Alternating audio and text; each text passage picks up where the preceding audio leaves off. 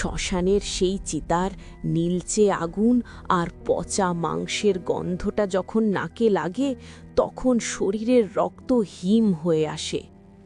রাত তখন 2:30। চারপাশ নিঝুম, শুধু দূরে কোথাও একটা শেয়াল ডেকে উঠছে থেমে থেমে।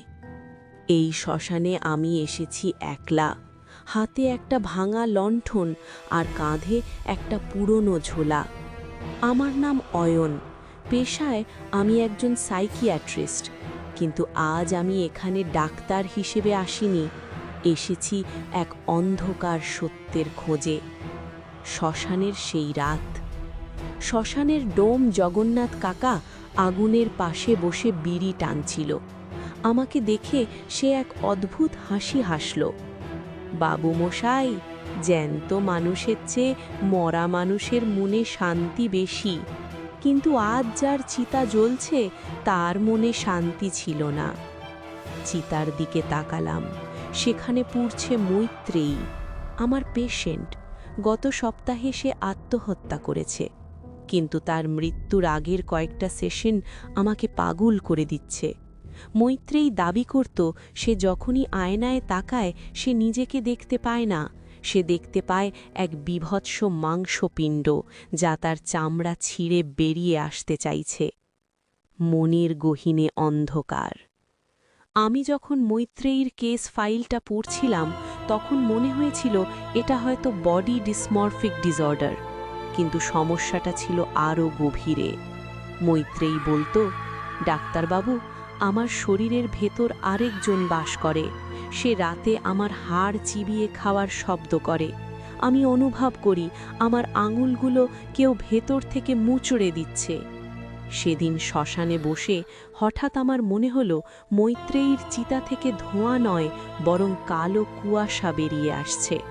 ধোঁয়ার গন্ধে সেই পরিচিত পারফিউমের ঘ্রাণ যা মৈত্রেয়ী মাখত।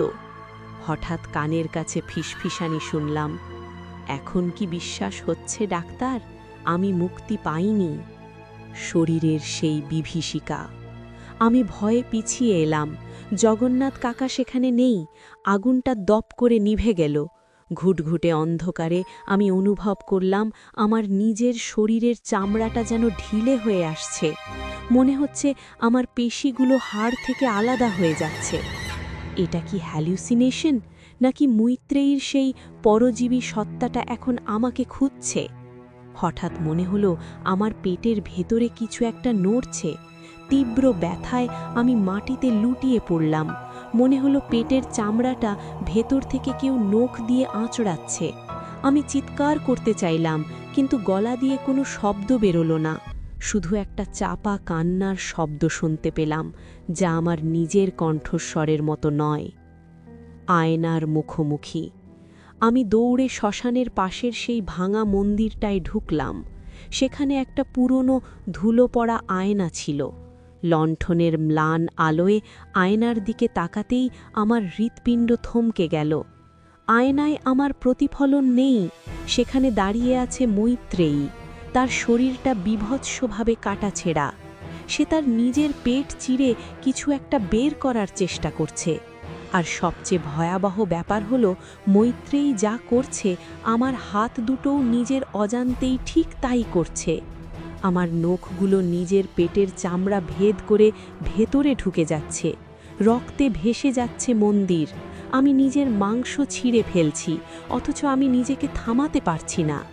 ব্যথাটা এতটাই তীব্র যে তা অসহ্য, কিন্তু আমার মস্তিষ্ক যেন এক অনর্ণনীয় নেশায় মত্ত। চূড়ান্ত সমাপ্তি। পরদিন সকালে শ্মশানের লোকাল লোকেরা এসে দেখে অয়ন ডাক্তারের নিথর দেহটা পড়ে আছে। তার পেটটা নৃশংসভাবে চিরে ফেলা হয়েছে, কিন্তু আশ্চর্যের বিষয় হল শরীরের ভেতর কোনো অঙ্গপ্রত্যঙ্গ নেই, সব উধাও। লোকে বলে মৈত্রেয়ী একা যায়নি, সে তার ডাক্তারকেও সাথে নিয়ে গেছে। আর আজও যদি কেউ অমাবস্যার রাতে সেই শ্মশানে যায়, সে শুনতে পায় দুটো হাড় চিবানোর শব্দ আর একটা চাপা হাসি।